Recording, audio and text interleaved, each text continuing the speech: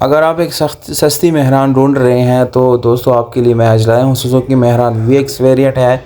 White colour की गाड़ी है जो कि ज़्यादातर लोगों की पसंदीदा गाड़ी है दोस्तों। वाइट कलर 2007 मॉडल है और गाड़ी में CNG पेट्रोल भी वर्किंग है। बाकी इसकी जो सीट्स है ये कवर थोड़े से आपको शायद चेंज करने की ज़रूरत पड़ सकती है। डिमांड इसकी 5,85,000 है जिसमें कमी पेशी मुमकिन है। ये प्राइस फ्लेक्सिबल है, इसमें यानी आपको जो है यानी कुछ प्राइस कम शायद मिल सकता है। आप रब्ता करेंगे तो आपको डिटेल वगैरह बता दी जाएंगी। खैबर पख्तूनख्वा नौशहरा पब्बी में ये गाड़ी खड़ी है, जबकि रब्ता नंबर जिसके ऊपर व्हाट्सएप की सहूलत मौजूद है दोस्तों।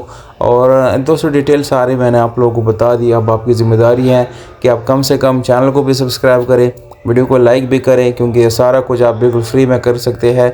और आप वीडियो के नीचे कोई ना कोई कमेंट या अपने ऑफ़र भी दे सकते हैं, क्योंकि दोस्तों अक्सर लोग कमेंट सेक्शन में ऑफ़र देते हैं और हम खुद उससे कांटेक्ट करते हैं।